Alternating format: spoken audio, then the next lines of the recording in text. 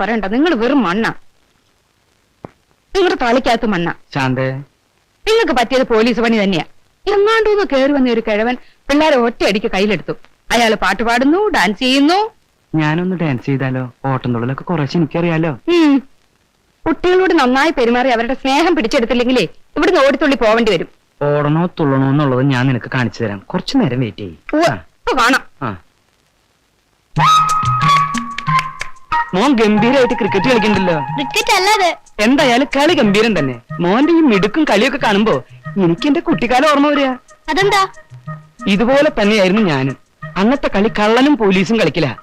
അമ്മാവൻ ഒറ്റയ്ക്ക് കള്ളൻ, അപ്പുറത്തുള്ളവര് മുഴുവനും പോലീസുകാര്. എല്ലാ കളിയിലും കള്ളൻ പോലീസുകാർ ഇടിച്ചു വീഴ്ത്തും. അറിയോ? പിന്നെ മോൻ സിനിമയിൽ ജാക്കി ചായനെ പറ്റി കേട്ടിട്ടില്ലേ? അതേപോലെ അമ്മാവനും സ്റ്റണ്ട് ചെയ്യും. കളിക്കാം. മോൻ ഇങ്ങനെ തിരിഞ്ഞു നിൽക്ക്.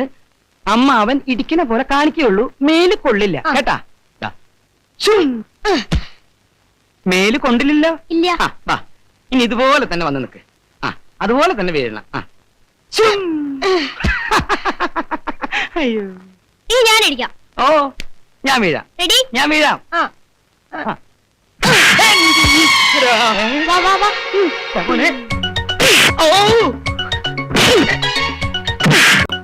കൊല്ലല്ലോ ചക്കൻ.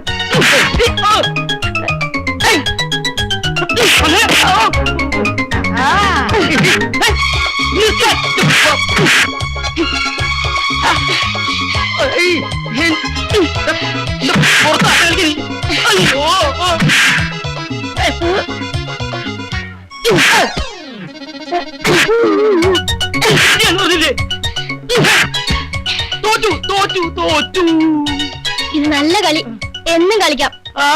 മരണം വരെ കളിക്കാളാ. അയ്യോ,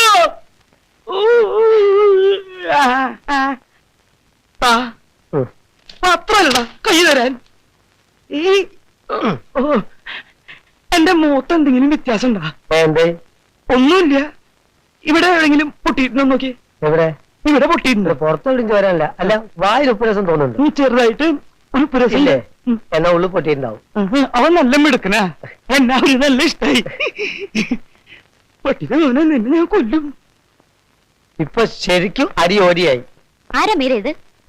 അത് ഞാനൊരു നിമിഷ കവിയാണ്. എങ്കിൽ ഈ നിമിഷം തന്നെ എഴുന്നേക്കണം. യാതൊരു മാനസിൽ അത് കയറി വരിക, ഇരിക്കുക. മീരെ, ഞാൻ ദുർബലനാണ് സ്നേഹത്തിന്റെ കാര്യം വരുമ്പോ മാത്രം. അല്ലാത്തപ്പോ ഞാൻ വെറും തൊട്ടിയാണ്. അത് വന്ന വരവിൽ തന്നെ മനസ്സിലായി. എന്ത് മനസ്സിലായി? എന്ത് മനസ്സിലായി നിങ്ങൾക്ക്? പ്ലീസ് മിസ്റ്റർ ബാബുരാജ്, ഇങ്ങോട്ട് വരൂ. നിങ്ങൾക്ക് എന്ത് വേണം? എനിക്ക് വലുത് മോഹൻ സാറാണ്. അദ്ദേഹത്തിന് കൊടുത്ത വാക്കാണ്. ആ വാക്ക് എനിക്ക് പാലിക്കണം. എനിക്ക് ഹൃദയം തുറന്നൊന്ന് സംസാരിക്കണം. ഹൃദയം തുറക്കാനൊന്നും ഇപ്പൊ പറ്റില്ല. പിന്നെ എപ്പോ പറ്റും? വീട്ടിലും ആൾക്കാരുടെ ശല്യം. പിന്നെ എന്റെ നിമിഷ കവിതയെ പറ്റി ഒന്നും പറഞ്ഞില്ല. പ്ലീസ്, പിന്നെ സംസാരിക്കാം. എപ്പോ? ഒരു കാര്യം ചെയ്യാം. എല്ലാരും ഉറങ്ങിക്കഴിഞ്ഞതിന് ശേഷം രാത്രി വീട്ടിൽ ആ സ്വിമ്മിംഗ് പൂളിന്റെ അടുത്തേക്ക് ഒന്ന് വരുമോ? അത് പറ്റില്ലെങ്കിൽ ഇവിടെ എല്ലാവരുടെയും മുമ്പിൽ വെച്ച് സംസാരിക്കാം. വേണ്ട, ഞാൻ വരാം. ഉറക്കത്തിനൊന്നും ഒരു കുറവുമില്ല. മോണെന്തിനാ കരയുന്നത്? പാലോ മറ്റോ വേണം എന്തോ. അല്ല കുഞ്ഞമ്മേ, മഞ്ജുവിന്റെ പാവ നമ്മുടെ സ്വിമ്മിംഗ് പൂളിൽ വീണു തോന്നുന്നു. അതാ. അയ്യോ, ആണോ മോളെ? കുഞ്ഞമ്മേ, ഒന്ന് പോയി എടുത്തോണ്ട് വാ, അല്ലെങ്കിൽ ഇവള് കരച്ചിൽ നിർത്തില്ല. ഓ, അതിനെന്താ, ഞാൻ എടുത്തിട്ട് വരാലോ.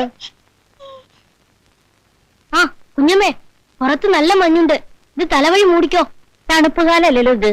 തണുപ്പില്ല, പക്ഷെ ഭയങ്കര മഞ്ഞാണ്. ഈ മഞ്ഞ് തലയിലോ ദേഹത്തോ വീണ ആ നിമിഷം കടന്നു പോകും. അങ്ങനൊരു മഞ്ഞ്.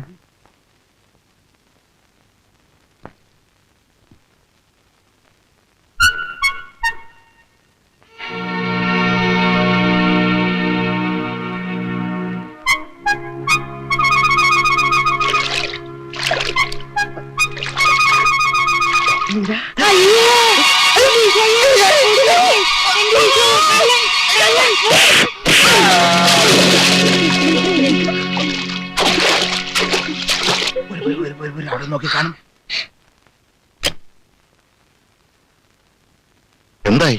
സംഗതി കുളമായി. എന്ത്? കുളത്തിൽ വീണു കുളമായി. ആ മോളെന്ന് പറഞ്ഞേ.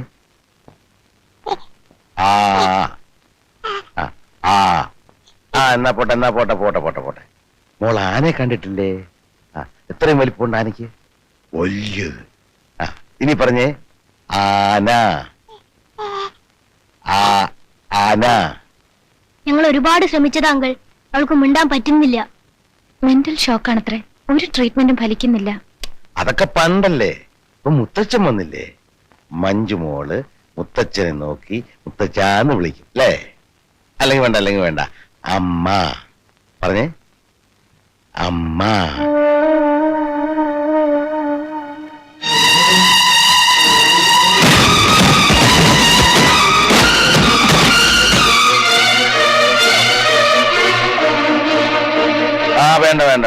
വേണ്ട മുത്തച്ഛൻ എല്ലാവർക്കും വേണ്ടി ഒരു കഥ പറയാം കേട്ടോ. നമുക്കൊരു കാര്യം ചെയ്യാം, നേരിട്ട് സംസാരിച്ച് ഇംപ്രസ് ചെയ്യാൻ നീ പോരാ. ഹൃദയദ്രവീകരണ ശക്തിയുള്ള ഒരു കത്തെഴുതി അവർക്ക് കൊടുക്കാം. അതെന്ത് കത്താണ്? ഞാനെഴുതി തരാം. അപ്പൊ അച്ഛൻ എല്ലാ പരിപാടിയും അറിയാല്ലേ? ഞാനൊരു വക്കീലല്ലേ ദിനകര? എന്ത് വക്കീല്? അത് കളാ, ഞാൻ എഴുതി തന്നാൽ അത് കൊടുക്കുന്ന കാര്യം നീ ഏറ്റവും. ഏതായാലും നനഞ്ഞു, ഇനി കുളിച്ചു കയറുക തന്നെ. പെണ്ണ് വരുമ്പോ കൈ കഴുകാനെന്നുള്ള വ്യാജേന ഞാൻ മാറിക്കൊള്ളാം. ആ തക്കത്തിൽ കൊടുത്തേക്കണം. വരുന്നുണ്ടെന്ന് തോന്നുന്നു. കെട്ടടി. മോള് വരൂ. അങ്കിൾ കഴിച്ചോളൂ. കുഞ്ഞമ്മേ, എന്തോ എന്റെ ബ്രേക്ക്ഫാസ്റ്റ് എന്റെ റൂമിലേക്ക് കൊണ്ടുവന്നോളൂ.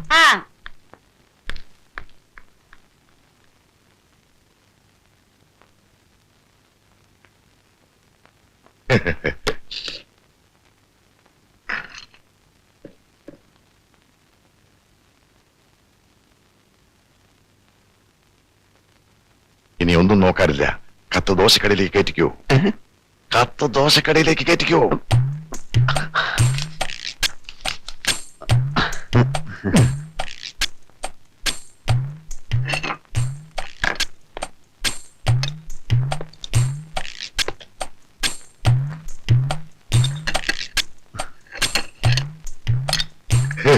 ദോശ മീനൊക്കെയായിരിക്കുമല്ലേ? അയ്യോ അയ്യോ, എന്റെ മോള് വീണോ? പോട്ടെ. കരയണ്ട കേട്ടോ, കരയണ്ട. ചേച്ചി ഒരു കാര്യം കാണിച്ചു തരാം കേട്ടോ.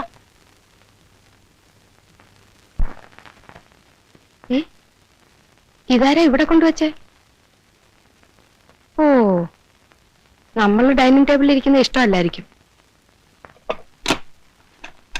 വിശന്നിട്ട് ഞാനിതൊന്ന് കഴിക്കട്ടെ. ഇതൊക്കെ എന്തിനാ ഇങ്ങോട്ട് കൊണ്ടുവന്നത്? നിങ്ങൾ കഴിച്ചില്ലേ? കഴിച്ചെന്ന് വരുത്തി. ആ വേലക്കാരി തള്ളയുടെ മോന്ത കാണുമ്പോ വയറ് നിറച്ച് കഴിക്കാൻ തോന്നുന്നില്ല. ഇതും കൂടി ഞാൻ കഴിക്കട്ടെ. വേണ്ട, ഇത് തൊടണ്ട. എനിക്കുള്ളത് ആരോ കോണിപ്പടിയെ കൊണ്ട് വെച്ചിട്ട് പോയതാ. അടുക്കളയിലോട്ട് ചെല്ലണ്ടാന്നായിരിക്കും. എന്നാ കുടിക്കാൻ ഒരു ഗ്ലാസ് വെള്ളം എടുത്തുണ്ടോ? വെള്ളമൊക്കെ എടുത്തോണ്ട് തരാം, പക്ഷെ ഇത് തൊടരുത്. ഞാൻ ആകെ വിശന്നിരിക്കുക. ഞാൻ തൊടില്ല. സത്യം. എന്നാ നീ തുപ്പി വെച്ചിട്ട് പോക്കോ. തുപ്പൊന്നും വേണ്ട പൊന്നേ, എന്നാ വെച്ചാ? എനിക്ക് വിശ്വാസമല്ലേ. എടുക്കരുത്. ഇല്ലടി. അയ്യോ പാവം. ഞാൻ മൂടി വെച്ചിട്ട് പോ. ഓ ഇല്ല.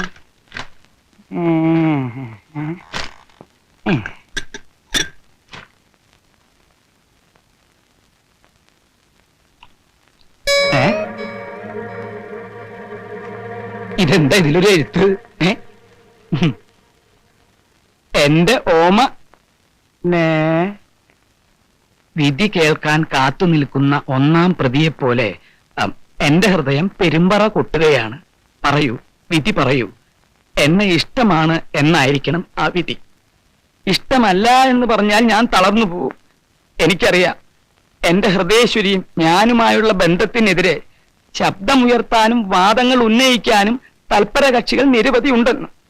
ഈ കക്ഷികൾ നമ്മുടെ ശത്രുക്കളാണ്. അതുകൊണ്ട് ഭവതിയുടെ ഹൃദയമാകുന്ന സുപ്രീം കോർട്ടിൽ ഞാൻ സമർപ്പിക്കുകയാണ് ഈ പ്രേമഹർജി. എത്രയും പെട്ടെന്ന് നമ്മൾ ഒന്നായി തീരാൻ ദയവുണ്ടാവണം. പറയൂ, ഇനിയെങ്കിലും വിധി പറയൂ എന്ന് ഭവതിയുടെ പ്രേമഭിക്ഷന്തേ. രണ്ട് കാലമാടന്മാരും കൂടെ അങ്ങ് വെട്ടി വിഴുങ്ങ. ഇതെന്നു മുതൽ തുടങ്ങി? വളരെ കൊല്ലങ്ങളായോ? എന്തായി ചോദിക്കുന്നത്? ഹൃദയമാകുന്ന സുപ്രീം കോർട്ടിൽ കിടന്നിട്ടുള്ള ഈ കളി തുടങ്ങിയിട്ട് എത്ര കാലമായെന്ന് ഞാൻ ചോദിച്ചത്. എന്റെ ഭഗവാനെ, പെട്ടെന്ന് ഈ മനുഷ്യന് വട്ടായി പോയോ? ഇനി ഒന്നു മാത്രം അറിഞ്ഞാൽ മതി. നീ പ്രസവിച്ചതും എന്റേതെന്ന് പറയപ്പെടുന്നതായ ആ രണ്ട് മക്കളുടെ യഥാർത്ഥ അച്ഛൻ ഞാൻ തന്നെയാണോടി. തോന്നിയാസം പറഞ്ഞാലുണ്ടല്ലോ. അടിച്ചു മരിക്കണമെന്നല്ലേ റോഡോട്ട് ഇറങ്ങിക്കോ. ഇതിനകത്ത് പറ്റത്തില്ല. എനിക്ക് മനസ്സിലാവാത്തത്. നിന്റെ ഈ പ്രായത്തില് നിനക്കൊരുത്തം പ്രേമലേഖനം എഴുതണമെങ്കിൽ നീ എത്രയ്ക്കും ഭയങ്കരമായിരിക്കണ്ടേ. അവനെ നീ എങ്ങനെ വല വീശി പിടിച്ചടി. പ്രേമലേഖനോ? ഇതെന്തൊക്കെയായി പറയുന്നേ? അതേടി ദോശ തുടരെന്ന് പറഞ്ഞപ്പോഴേ എനിക്ക് മനസ്സിലായി അതിന്റെ അകത്ത് എന്തോ കളറുണ്ട്. ആ വിശ്വാസവഞ്ചന കാണിച്ചാലേ ശിക്ഷയ്ക്ക് പരിധിയില്ല മകളെ. എനിക്കൊന്നും അറിഞ്ഞൂടെ എന്റെ മുത്തച്ഛ. നിനക്കൊന്നും അറിയില്ലല്ലേ? താ വന്നേ. സോറി മുത്തച്ഛൻ ഇങ്ങോട്ട് വന്നേ. ഞാനോ? ആ. എന്റെ കർത്താവ്. നീ എന്റെ പുറത്തിരിക്ക. ഇതെന്തു മാറണം? എന്റെ മാതാവേ, മിണ്ടരുത്. വായിക്ക്.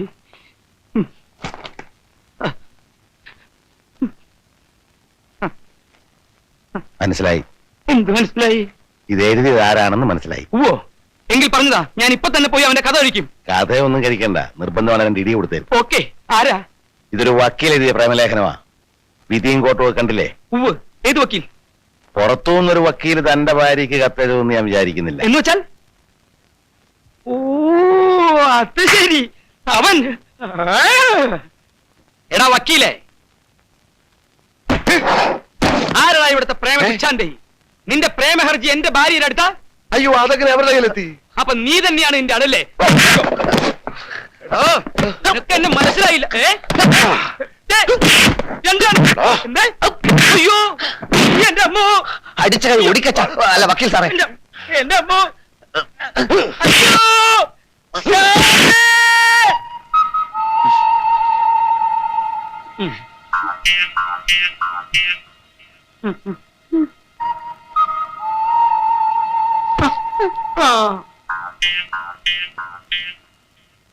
നല്ല വേദനയുണ്ടോ? നല്ല സുഖമുണ്ട്. കാള പറ്റുമെന്ന് കേട്ടപ്പോഴത്തേക്കും നിങ്ങൾ എന്തിനാ കയറെടുക്കാൻ ഓടിയത്? യൂണിഫോം ഇല്ലാത്തപ്പോ ഏത് കൊച്ചുകുട്ടിക്കും നിങ്ങളെ തല്ലി താഴ്ത്തിടാൻ പറ്റുമെന്ന് ആലോചിക്കാത്ത എന്താ? ഞാൻ എന്തു കുറ്റം ചെയ്തിട്ടാ നിരപരാധിയായി എന്നെ നിങ്ങൾ തല്ലിയത്? നിരപരാധികളെ തല്ലുന്നത് നിങ്ങൾ പോലീസുകാരൊരു പതിവാക്കി എടുത്തിരിക്കുകയാണോ? ശാന്ത, എന്റെ വലത് കൈ എനിക്ക് ഇപ്പോഴും പൊക്കാം. ആ ഇതാ കുഴപ്പം. ആ പൊണ്ണത്തടിയും ഗോതമ്പ് ദോശയ്ക്കടിയിൽ ഒരു കത്ത് വെച്ച ഉടനെ ഞാനങ്ങ് മയങ്ങി പോകുന്നു നിങ്ങൾ കരുതിയോ? സത്യം പറ, വാക്കുകൊണ്ടോ നോട്ടം കൊണ്ടോ നീ അവനെ പ്രോത്സാഹിപ്പിച്ചോ? ദേ, യേശുക്രിസ്തു ബൈബിളിൽ പറഞ്ഞിരിക്കുന്ന എന്താണെന്നറിയോ? ഭാര്യയെ അവിശ്വസിക്കുന്നവൻ ചൊറി പിടിച്ച് ചാവുന്ന. എന്നാ നീ എന്റെ തലയെ തൊട്ട് സത്യം ചെയ്യ്, അവനിലേക്ക് നിന്റെ മനസ്സ് ചാഞ്ഞിട്ടില്ലാന്ന്. ആ മണ്ടം വക്കീലിലേക്കല്ല, മമ്മൂട്ടിയോടോ മോഹൻലാലിനോടോ പോലും എന്റെ മനസ്സ് ചാഞ്ഞിട്ടില്ല. ഇനി ചായവേ ഇല്ല.